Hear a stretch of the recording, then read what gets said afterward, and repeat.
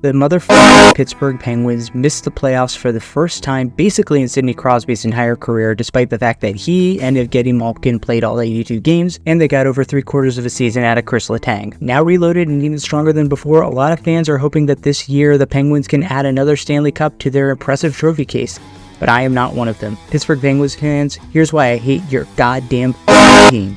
I never heard of half of these guys. The ones I do know are way past their prime. Most of these guys never had a prime. This guy here is dead. Cross him off then.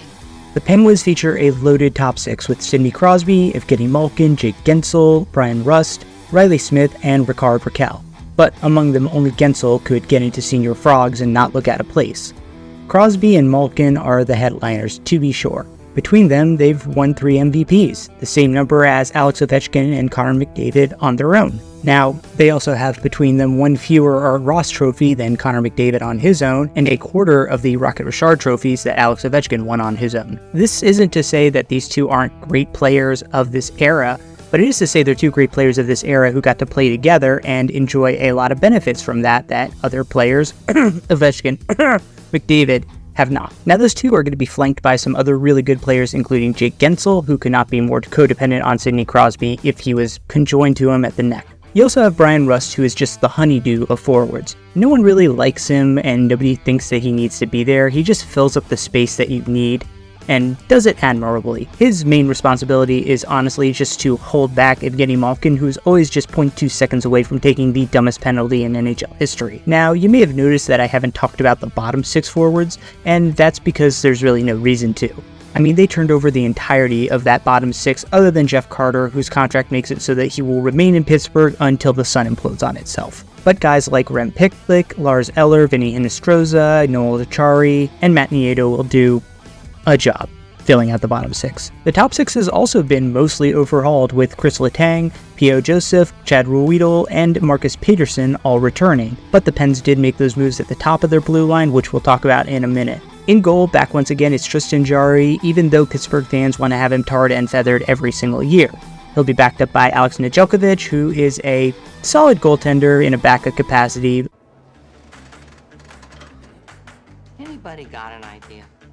It's 2-time Stanley Cup champion Mike Sullivan, who survived the culling of the entire executive leadership last offseason, and is already being set up as the natural fall guy when the Penguins falter this year, rather than the team admitting that their cup window has firmly shut. Pictured here doing the absolute worst impression ever of a bald eagle, Sullivan has been on Penguins fans' shit list for about the last 3 years because they haven't won a playoff round, never considering that he might be a decent coach with a very bad roster. He will undoubtedly be fired after this year when the Penguins don't win the Stanley Cup again, then go on and coach a middling franchise like, I don't know, let's say Arizona, and fail there spectacularly, giving the media a chance to say how this guy is a fraud who is completely built up by Crosby. It's gonna be so fun.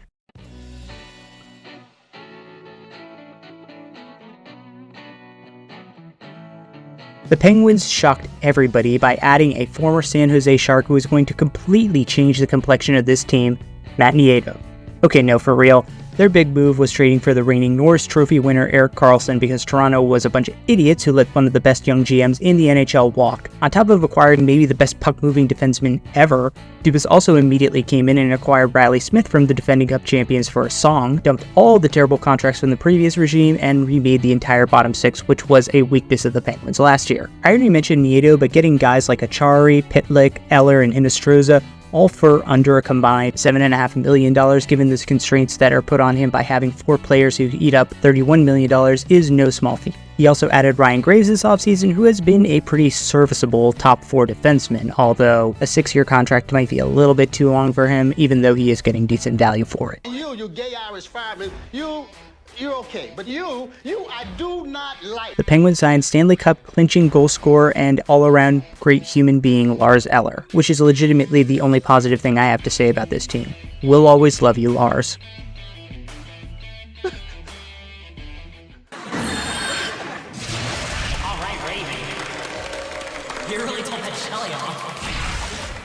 We spent all off-season hearing, and we're going to spend all season hearing about how it's Stanley Cup or bust for the Penguins and how they are one of the favorites to win out of the East.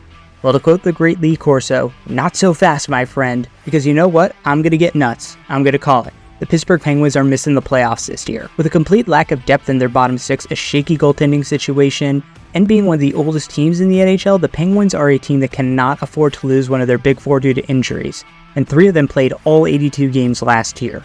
Do you really think you're getting that lucky again, Penguins?